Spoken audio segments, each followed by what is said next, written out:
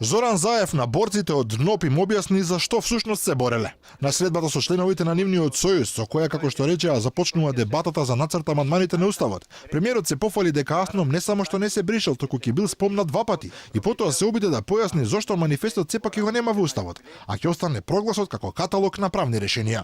Манифестот на Асно, како политичка декларација, останува важен политички документ од нашата историја, но во преамбулата ќе биде појаснето дека темелите на државноста ги лоцираме во правните решенија на Асно, а не на политичките декларации кои бидеа дадени во тој момент, во 1944 година, а кои би можеле да се протолкуваат како аспирации кон териториите на нашите соседи. Опозицијата и критички настроената јавност постојано објаснуваа дека бришењето на манифестот од уставот е најголемото понижување која некоја македонска власт му го направила на сопствениот народ, бидејќи со тоа се брише потврдата за државноста, се бришат одлуките на заседанието, а се остава единствено потврдата дека Аснов се одржал. Ако Илинденското востание беше идеологијата и зачетокот на идејата за македонска државност, Аснов беше потврда на државноста.